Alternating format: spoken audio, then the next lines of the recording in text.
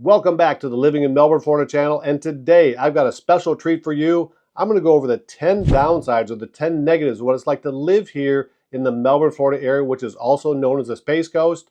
You know, a lot of people call this area paradise, including myself, but there are definitely some downsides to living here. And if you're considering a move here to the Melbourne, Florida area, or really anywhere in the state of Florida, you're going to want to hear these before you make that decision. And we're going to get after it right now.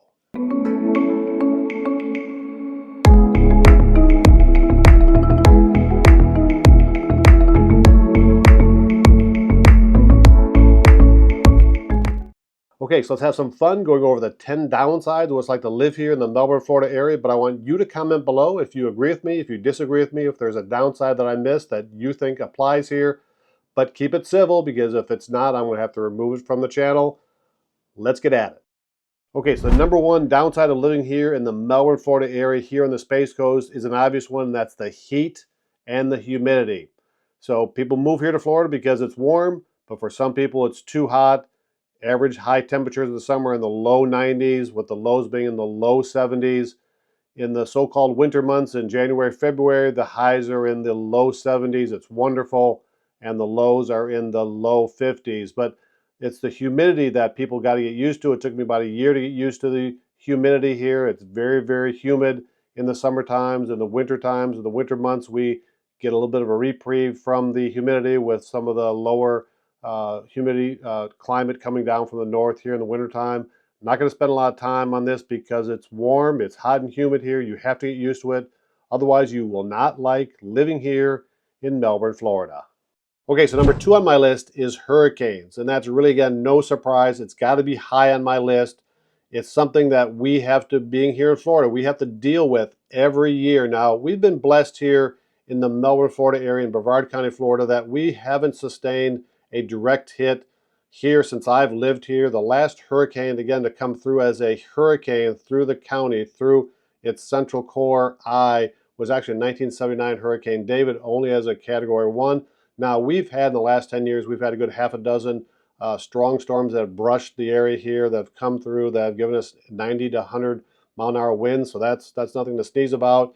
We've not had any direct core hits from the center of the storm like Fort Myers did with Hurricane Ian a couple years ago. We've been blessed with that, but you have to plan every year. You have to be ready for that storm, because just because one hasn't hit us head on in the last 50 to 100 years doesn't mean that this year isn't the year for that. So you have to be ready.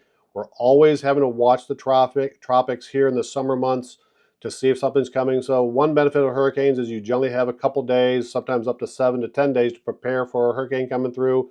You can get your property prepared for, you can get your hurricane panels up, you can get storm panels up, you can just get ready for where you're going to go, if you're going to drive, if you're going to evacuate this area here.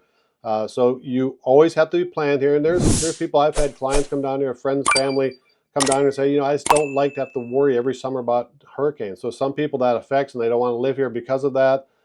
So again, hurricanes is high on the list because you have to be prepared every summer to be ready to pack up and evacuate and secure your property for that one storm that eventually is going to hit us pretty hard.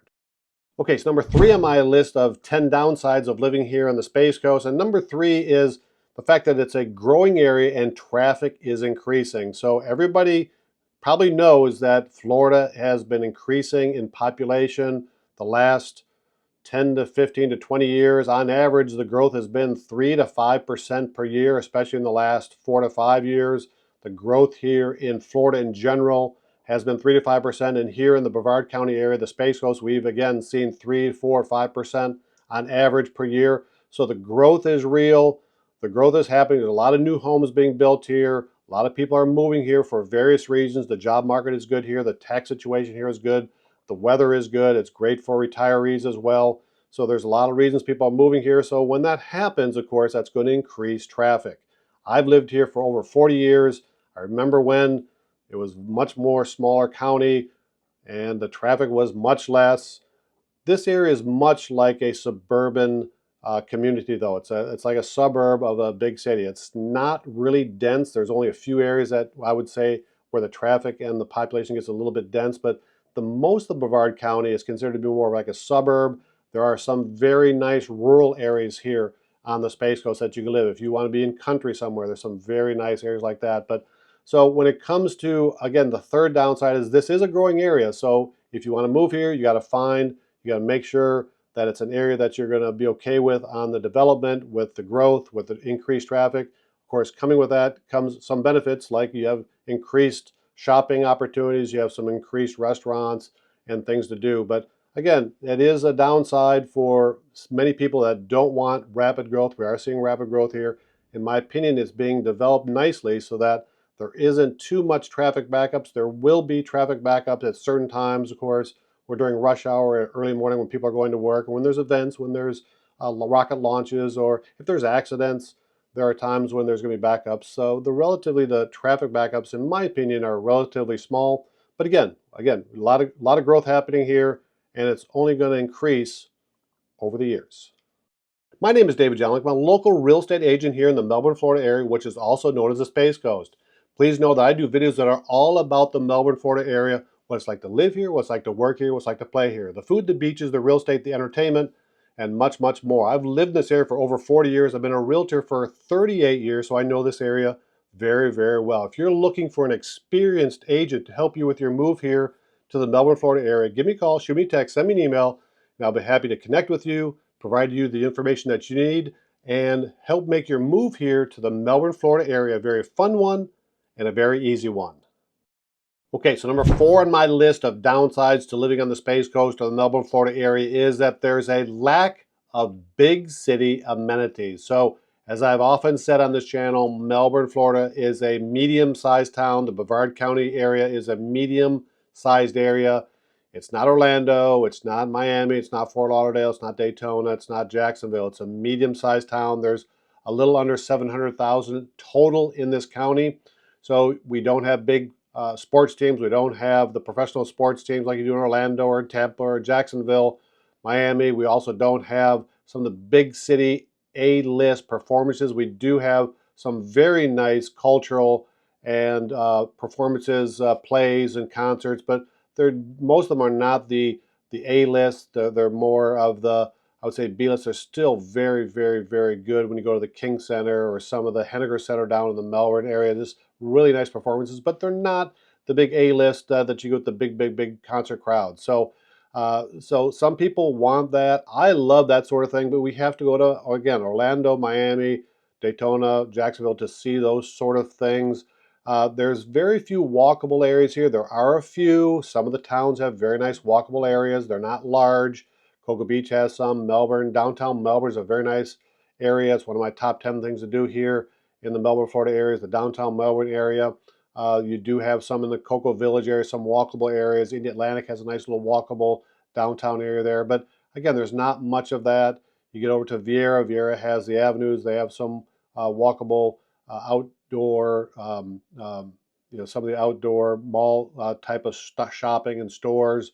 But again, there's not the big city. If you go to downtown LA and stuff, you can walk for miles. So it's not surprising, this area doesn't have that. If that's something you like, you just have to go to one of the nearby cities in the state. Okay, so number 5 on my list of downsides to living here in the Melbourne, Florida area is the fact that there's a lack of high-end shopping or shopping stores. So again, that kind of correlates with my previous that there's not big city amenities here. So many of these stores, such as Chanel, Louis Vuitton, Gucci, Hermes, Prada, Dior, you've got Saks Fifth Avenue, Neiman Marcus, stores like that, are in the Orlando area. There are some outlet malls in Vero Beach and in Daytona, which is about an hour away, that they have some of these stores there. There's some very nice shopping here, but the higher end stores and department stores are more in the big city town area. So you can go to Orlando and you can see most of these stores are there.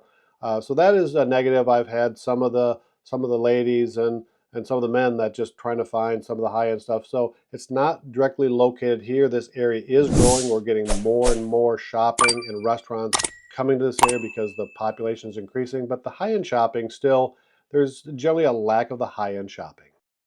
My name is David Jelinek. I'm a local real estate agent here in the Melbourne, Florida area. If you're looking for an experienced agent to help you with your move to the Melbourne, Florida area, you got to give me a call, shoot me a text, send me an email, and I'll be happy to reach out to you, provide you the information you need, and help make your move to the Melbourne, Florida area a very fun one and a very easy one. And if you'd like a copy of our new 2025 relocation guide, just mention that when you reach out to us. We'll be happy to send you a copy right away.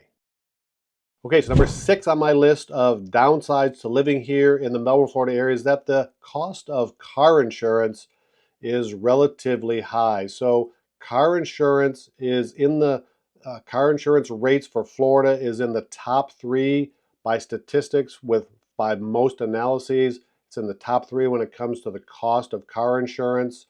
So on average, again, by statistics that you'll see online, the average car insurance policy for a 6-month period of time is about $1,800.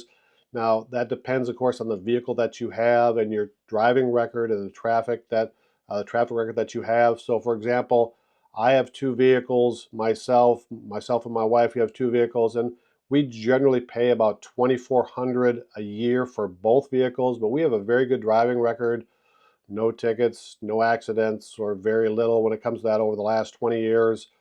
So our record is very, very good. So our rates are better. So if you've got traffic incidents, or if you got tickets, or if you've been a few accidents, of course, that's going to dramatically increase your insurance rates. If you're younger or older, that's going to increase your insurance rates. But in general, car insurance is higher here in the state of Florida than it is in most states.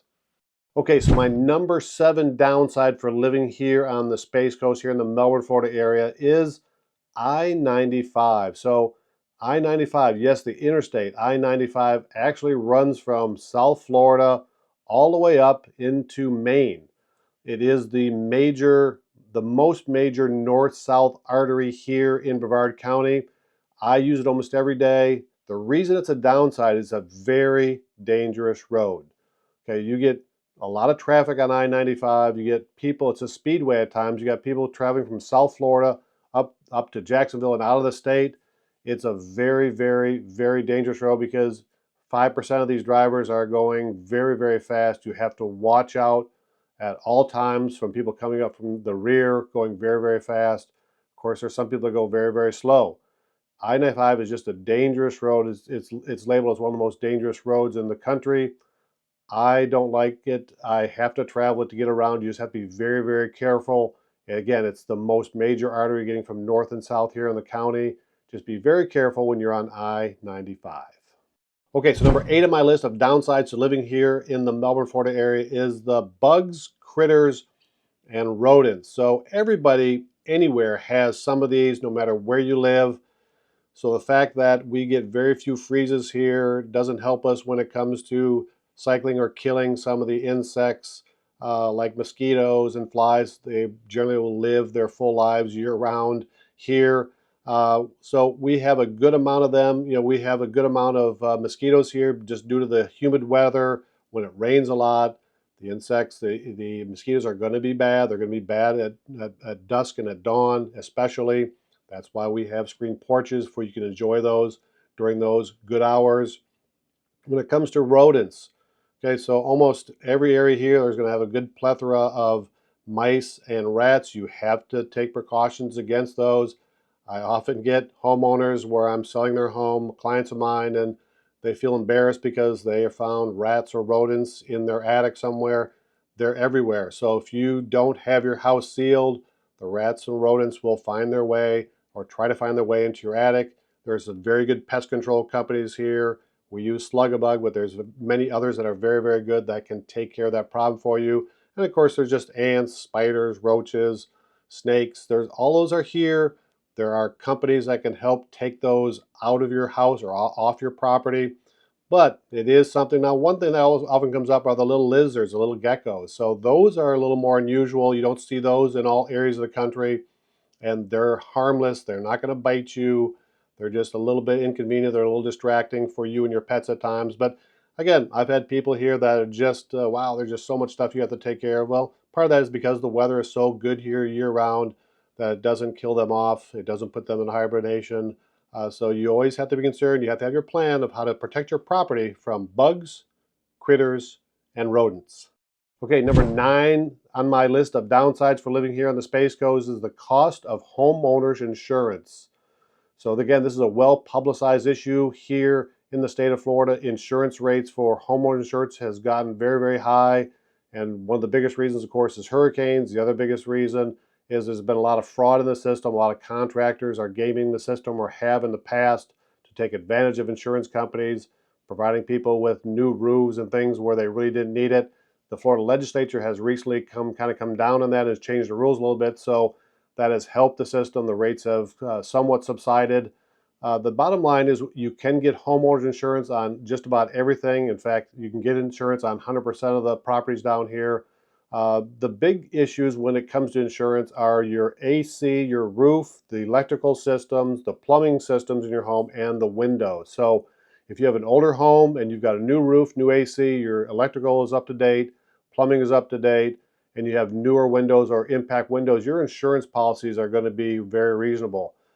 New homes, that's why new homes are so popular here in Florida right now, because insurance rates are much lower because they have all new things to them, and the insurance is based on a risk factor for the insurance company. So an average $500,000 home here in the area, that is a new home, will see policies in about the $2,025, maybe $3,000 per year for a premium. If you're in an existing home and you have most of your items, your roof and your windows up to date, you're going to see that to be a little bit higher. It's going to be more in the 3,000s. But if you don't have the roof, if you don't have impact windows, if you don't have hurricane protection, then you could potentially see your insurance policy be even more up in the 4,000 range for a 500,000 house. So there's a lot of variability. It all depends on many different things. When you're buying a home here, we make sure our clients get the lowest insurance rate possible. We have them inspect the home so that they know things that they can improve on the home to get a better insurance rate. But it is a downside for living here because insurance in Florida is one of the top 5 states in the country for high rates for homeowners insurance. So it's just one of the downsides you have to consider when moving to Florida. Okay, and last but not least, number 10 on my list for downsides to living here on the Space Coast or the Melbourne, Florida area is that there's just a lack of seasons here in East Central Florida. So depending where you live in Florida is a very different issue. If you're living in the Panhandle, they get quite a bit of weather. They can get quite a bit of weather in the winter where it gets in the teens. They get snow up in the Panhandle. If you get down to Miami and the Keys, it's a very tropical environment. They very rarely get below freezing there. So there's a variance depending on where you live in the state of Florida. We live here in the East Central coast of Florida. In my 42 years here, I've seen sleet twice. Once was last year. I've seen snow flurries once. So it doesn't happen very often. We generally get 1 to 2 days a year where the temperature gets to freezing or below for a few hours.